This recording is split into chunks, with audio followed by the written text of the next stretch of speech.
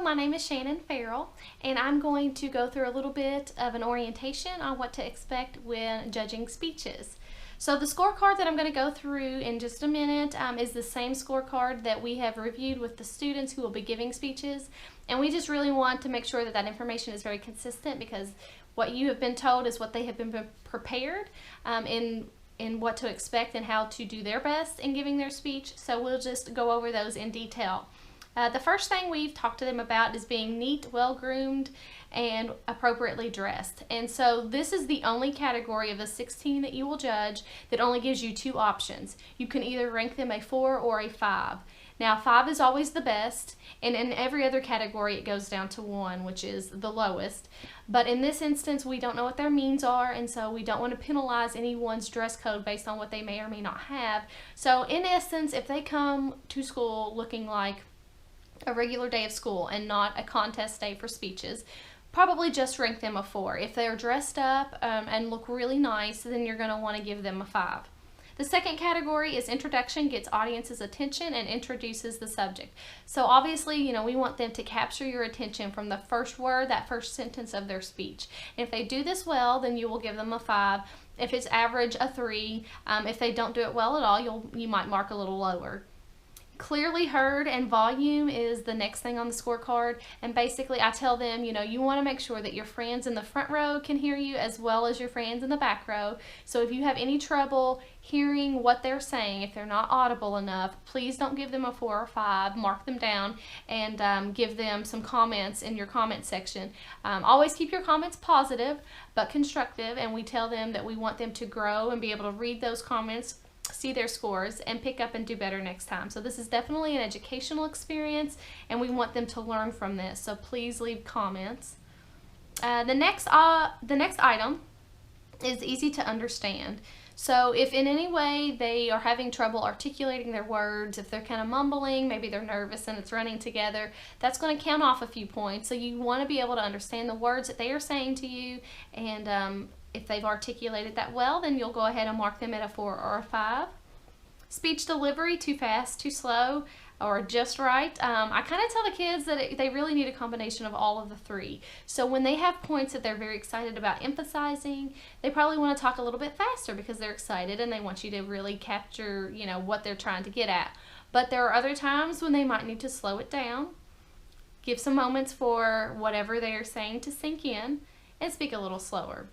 But then the rest of the time they'll find a happy medium and kind of talk at a not too fast, not too slow pace, and somewhere that's just kind of right in between. Number 6, enthusiastic personality shows through.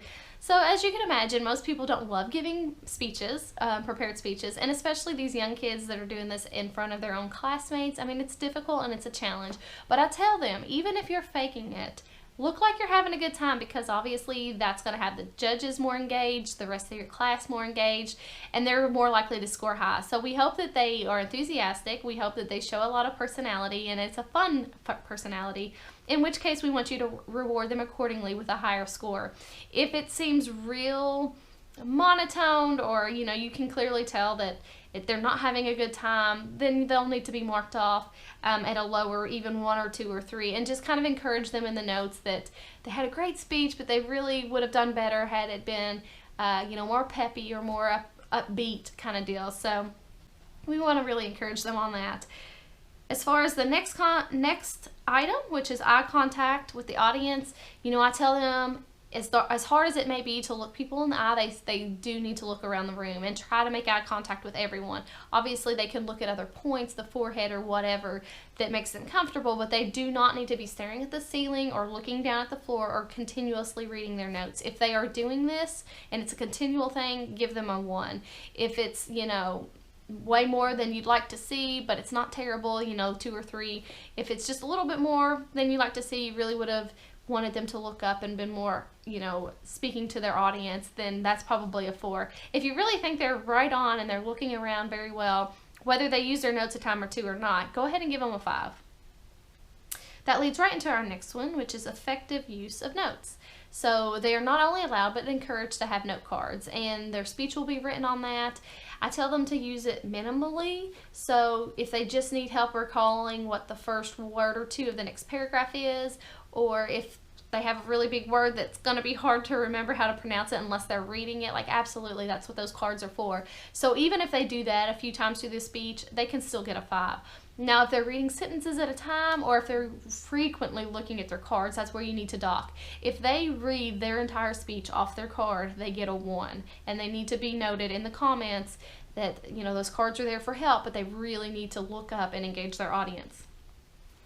The next item is posture. So I tell the kids that whether they know it or not, if they stand straighter with their shoulders back, that gives them more confidence, and they will look more confident. So I hope that they do that for you, and so they can get those high marks. But if they're slouched, or if they're really stiff and obviously very nervous, then you're going to need to count off and talk to them in the notes about, you know, relaxing, being confident, and that sort of thing. The next one is natural gestures. So I definitely encourage them to use some hand gestures as long as it contributes to the speech and what they are trying to say. If it gets distracting, or if they use way too many or even none at all, that's where you need to count off according to whatever that you deem relevant. The next item is content of speech adequate. So we want them to obviously talk in their speech about what their topic is over and not get off topic. We also don't want it to be too wordy. I tell them if they get too wordy, they risk either A, going over time, or B, saying so much that the judges and their audience really have a hard time processing what they're trying to say, and that's going to count off.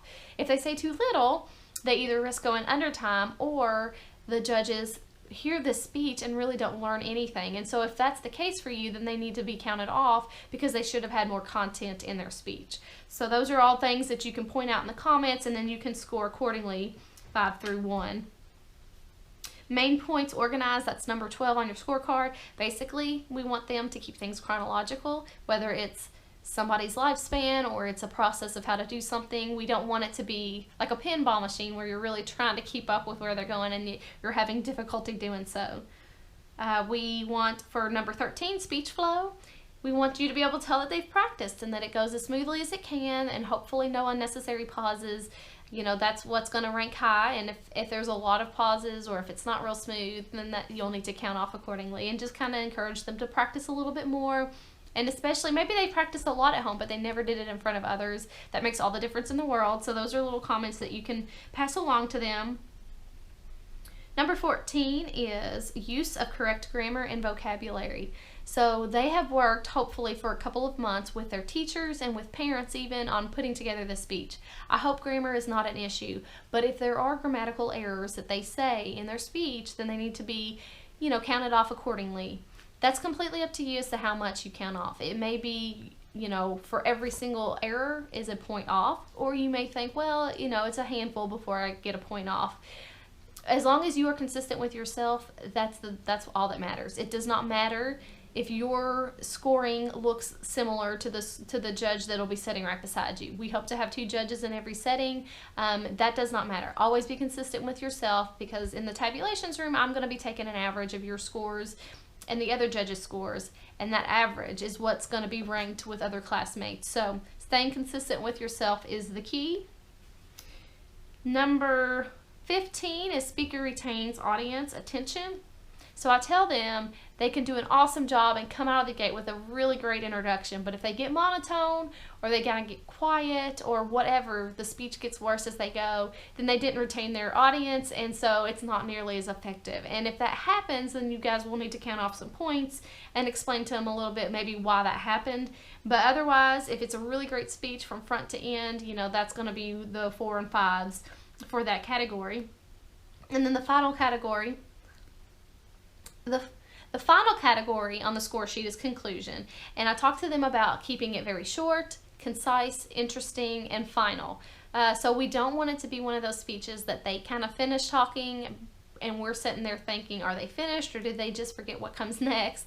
So hopefully they've summed it up in 1, 2, maybe 3 sentences, tie it back to the beginning or something they said, interesting, whether it's a funny line or a phrase or whatever, and then say thank you so that you know that it's finished. And then that way those points, if those are met, are what will score the highest. There is points that can be penalized if they go over or under their time frame. That's for me to calculate in the tabulations room what I will need as far as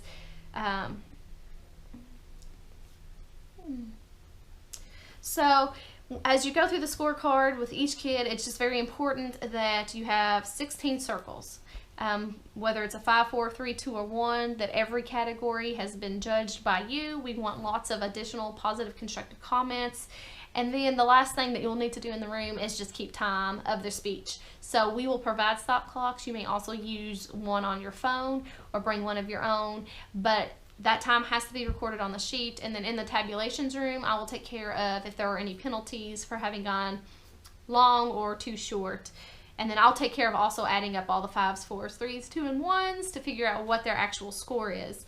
Following the competition in the classroom, you and your judge partner will come back to where we met prior to the classroom contest and just kind of give us a minute to finish tabulating your classroom of speech scores, and then we'll check with you that the 2 that shook out on top are the 2 that you agree were the best, because those 2 have an automatic invite to our county competition to compete against others across the county. So that kind of in a nutshell is what we're looking for and what I've conveyed with the students. And so everyone's on the same page, and we really, really thank you for your time and coming and helping with these speeches. This is an enormous project, and we look at listening to close to 900 speeches in a 2-month period, and we cannot make that happen without your all's time and help. So thank you again so very much, and we hope you find this extremely rewarding. Thanks so much.